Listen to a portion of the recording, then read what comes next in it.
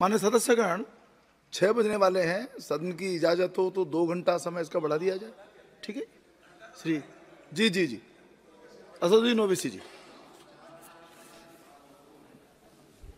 मोहतरम चेयरमैन साहब, आपका बेहद शुक्रिया कि आपने मुझे सदर जमहूरिया के खुतबे पर बोलने का मौका दिया। सर, मैं हस्ब आदत और हस्ब रिवायत उसकी मुखालिफत में खड़ा हूँ और सदर जमहूरिया के खुतबे को अगर आप देखेंगे सर, तो उसमें पूरे खुतबे में लफ्ज़ मुसलमान तो छोड़िए, लफ्ज़ अक़लियत भी इस्तेमाल नहीं हुआ है।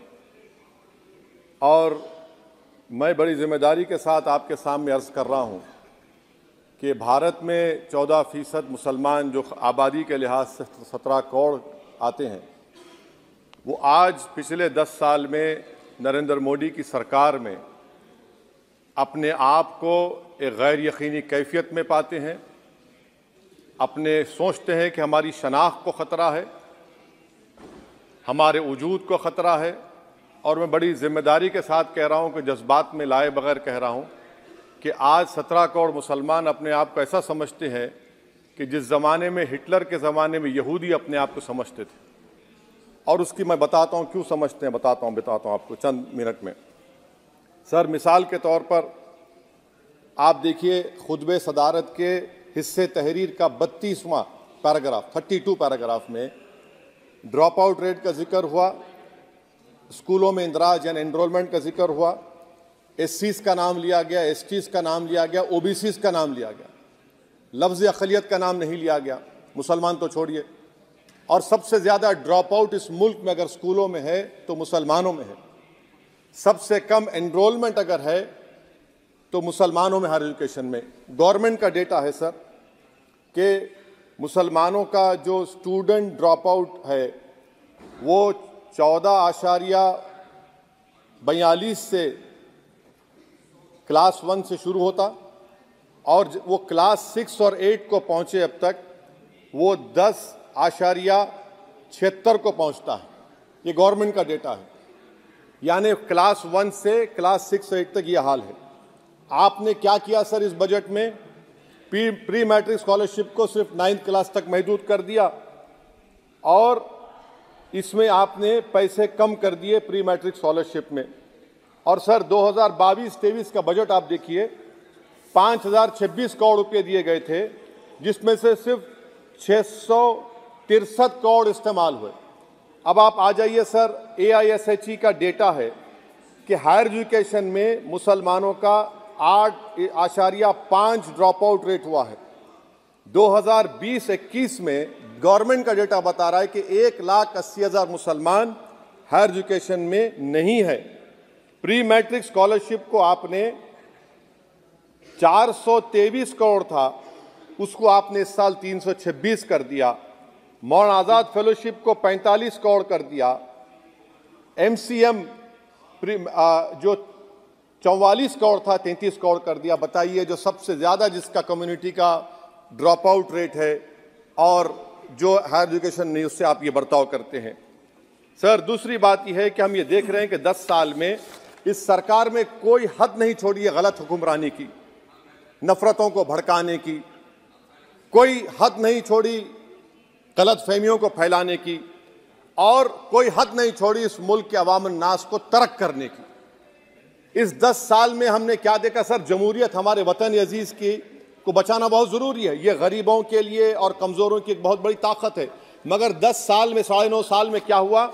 सिर्फ एक शख्स को मजबूत कर दिया गया, एक मजहब को मजबूत कर दिया गया, एक आइडियोलॉजी, एक नज़रिए को मजबूत कर दिया गया, एक शनाख्त को सब शनाख्त के आगे दूसरी शनाख्तों को मिटाने की कोशिश की गई, एक ज़बान को मजबूत कर दिया गया। तो हमारी जमहूरियत तो खोखली हो चुकी है।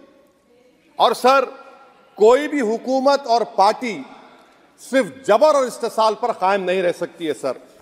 दूसरा पॉइंट सर जो मैं आपके सामने अर्ज करना चाह रहा हूं, CAA के कानून के ताल्लुक से मरकजी एक वजीर ने अखबार में बयान दिया कि हम 8 दिन में करने वाले हैं।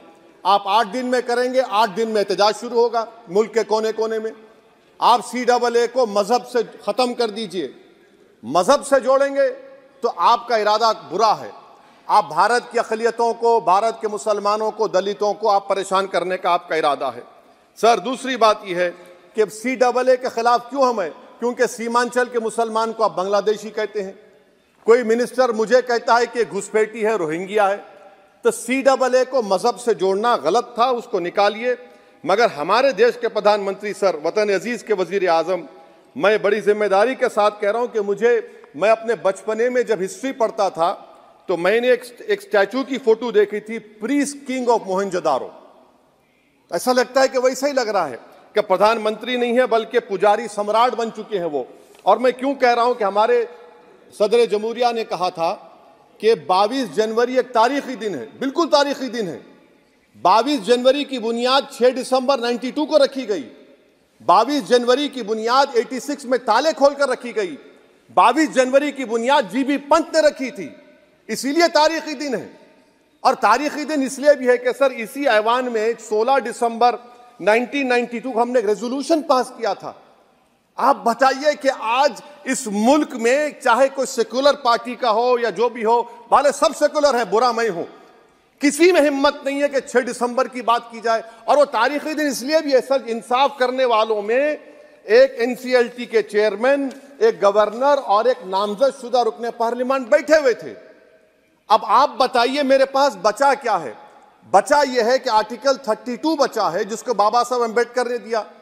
आज मुल्क के 17 करोड़ मुसलमान भारत के वजीर आजम पर एतमाद भरोसा नहीं करते, बिल्कुल नहीं करते, बता रहा हूं, खुल के कह रहा हूं। अगर आप आर्टिकल 32 का ड्यू प्रोसेस ही खत्म कर देंगे तो फिर मेरे पास क्या बचेगा सर?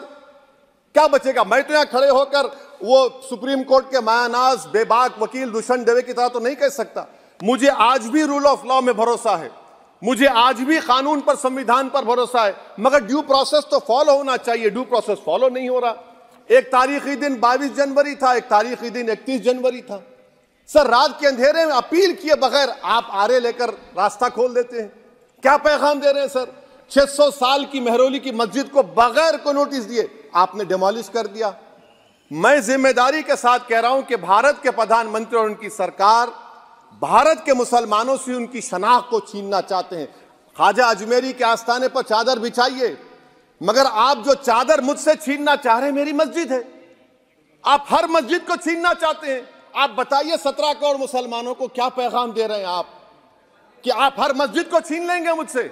फिर मेरा वजूद किस माने रखता है? मेरा शनाख्त क्या माने रखता है? रूल ऑफ लॉ क्या माने? अच्छा, 1991 के प्लेसेस ऑफ वर्शिप एक्ट पर क्यों नहीं बोलते आप लोग? आप उस पर कायम है नहीं है। आप 500 साल की बात करते, मैं आपसे कहता हूं भाई 500 साल पे मत जाइए, बौद्ध पे जाइए, जैनिज्म पे जाइए, शैविज्म पे जाइए, कहां रुकेंगे? अरे इस देश को आजादी मिली 47 में, संविधान मिला हमको बाबा साहब अम्बेडकर का, बराबरी का। उससे पहले तो राजा रजवाड़े थे, जमहूरियत नहीं थी, लोकतंत्र नहीं था, मगर आप उसको उस बारे में लेके जाते। अरे 500 साल आगे क्या होगा बताइए? आप किसी एक सिविलाइजेशन, सर ऐसा अंग्रेजी में किसी ने कहा था, civilisation can not be rewritten by hatred, history can not be corrected by demolition. आप ये नहीं कर सकते। और मैं उम्मीद करता हूं कि जब मौर्रिख तारीख लिखेगा, नरेंद्र मोदी इस मुल्क में तारीख लिखना चाहते हैं। क्या तारीख लिखना चाहते हैं? कि मैंने इस देश को, गांधी अंबेडकर के देश को मैंने हिंदू राष्ट्र बना दिया। मैं उम्मीद करता हूं कि हमारे भारत के हमारे हिंदू भाई देश के प्रधानमंत्री की सोच को नाकाम करेंगे, उन पर है। अब देखते हैं क्या होता है। सर, नेबरहुड फर्स्ट की पॉलिसी है। नेबरहुड फर्स्ट क्या हो रहा है सर? हम सोशल मीडिया के जरिए फॉरेन पॉलिसी चला रहे हैं। मालदीव छोटा मुल्क, वो हमको आंख दिखा रहा है, चीन की गोद में बैठ गया। हमारे लद्दाख में हमारे जो लोग जानवर को लेकर घास चराए जाते, वहां पर चीन की आर्मी आके रोक रही। बताइए, बांग्लादेश चीन की गोद में बैठा हुआ है। आप गैलेंट्री अवार्ड दे रहे हैं, क्यों दे रहे हैं? कि चीन बैठा हुआ है। तो आपका बफर जोन गया कहां भाई साहब? आपका बफर जोन तो कहां गया नहीं मालूम, गायब हो गया बफर जोन। और दूसरी बात सर, आप ये भी देख लीजिए कि यहां पर मैं आपको इंपॉर्टेंट पॉइंट ये बताना चाह रहा हूं सर। ये हम बोलते हैं India middle east economic corridor, कितना पैसा है बताइए? वो नहीं बताया जाता। अच्छा सर, सबसे तकलीफ दे बात मेरे लिए है कि भारत ने यूनेस्को का इलेक्शन पाकिस्तान से हार गया। हम पाकिस्तान से हार गए, ये आपकी फॉरेन पॉलिसी है। यूनेस्को के इलेक्शन हम पाकिस्तान से हार गए। अच्छा, मामला इजराइल का, फलस्तीन का, गाजा का आया। अक्टूबर में 10,000 लोग मर गए, हमने यूएन में सीज फायर की तायीद नहीं की। दिसंबर आया, 20,000 मर गए, तो हमने तायीद कर दी। क्यों तायीद की? क्योंकि ग्लोबल साउथ को हमको फॉलो करना पड़ रहा है। भारत ग्लोबल साउथ को फॉलो कर रहे, मेरे लिए तकलीफदेह बात है। यह आपकी नाकामी का बहुत बड़ा सबूत है। इसीलिए हम बता रहे हैं कि यह सरकार की बहुत से नाकाम। अलीगढ़ मुस्लिम यूनिवर्सिटी, आखिरी पॉइंट, अलीगढ़ मुस्लिम यूनिवर्सिटी। सर, आप उत्तर प्रदेश से आते हैं। सर, 81 में एक्ट पास हुआ। हमारा लॉ ऑफिसर कोर्ट में कहता है कि मैं पार्लियामेंट के एक्ट को नहीं मानता। कैसे नहीं मानते सर? क्या नरेंद्र मोदी ने पार्लियामेंट को नॉमिनेट किया या पार्लियामेंट ने नरेंद्र मोदी को प्रधानमंत्री बनाया? बताइए। 81 के एक्ट को नहीं मानते। सर, 2 ही तो सेंट्रल यूनिवर्सिटी है मुसलमानों के। 1,80,000 आप ही के सरकार के दौर में मुसलमान हायर एजुकेशन निकल गए। आप अलीगढ़ मुस्लिम से छीनना चाह रहे हैं। Theory of separation of powers में एग्जीक्यूटिव हमको डिक्टेट करेगा। मेरी आवाज तो पार्लियामेंट है, अब मेरी आवाज के खिलाफ एग्जीक्यूटिव सुप्रीम कोर्ट में बोलता है। अलीगढ़ मुस्लिम यूनिवर्सिटी से इतनी नफरत क्यों है आपको? वहां पर तो हिंदू भाई भी पढ़ते हैं। सर, ये अलीगढ़ मुस्लिम यूनिवर्सिटी का मामला है सर। तो मैं आपसे इस बात पर, इस शेर पर अपनी बात को खत्म कर रहा हूं सर। आप भी उर्दूदां हैं जी। मसीहाओं को जब भी आवाज दी है, अहमद फराज का शेर है जी जी। मसीहाओं को जब भी आवाज दी है, पलट कर आ गए हर बार कातिल। मसीहाओं को जब भी आवाज दी है, पलट कर आ गए हर बार कातिल। वहां क्या दाद खाही क्या गवाही, वहां क्या दाद खाही क्या गवाही, जहां हो मुंसिफों के यार कातिल। सर, मैं फिर से हुकूमत से मुतालबा करता हूं कि अल्पसंख्यक समाज के बजट के स्कॉलरशिप को आप डिमांड ड्रिवन करिए। भारत के प्रधानमंत्री प्रधान सेवक रहिए। आप कोई प्रीस किंग मत बन जाइए। आप जीतेंगे, कौन जीतेंगे देश तय करेगा। मगर याद रखिए, 17 करोड़ मुसलमान आज गम और गुस्से में हैं और इस बात को महसूस कर रहे हैं, इस बात को महसूस कर रहे हैं कि प्रधानमंत्री को हम नोट नहीं दिए, मगर हमारा प्रधानमंत्री है। आखिर ये प्रधानमंत्री 17 करोड़ मुसलमानों की उनकी शनाख्त को कैसे मिटा रहे हैं, कैसे उनको आप मार्जिनलाइज कर रहे हैं। इसीलिए सर, मैं उम्मीद करता हूं कि हमारे सेकुलरिज्म जो है, वो मैं पॉलिटिकल सेकुलरिज्म कभी नहीं माना। जो सेकुलरिज्म संविधान में लिखा गया, उसकी हिफाजत करेंगे। मुल्क अहम है, वरना याद रखिए, आप चुनाव जीते हैं हारे, मगर अगर आप 17 करोड़ एक जनता को आप गैर यकीनी कैफियत पैदा कर देंगे, ये देश के हित में नहीं होगा। बल्कि हम तो उम्मीद कर रहे हैं कि ड्यू प्रोसेस अदालत फॉलो करेगी। अदालत अगर एक तरफा फैसले करेगी तो गलत होगा। सर, बहुत बहुत शुक्रिया।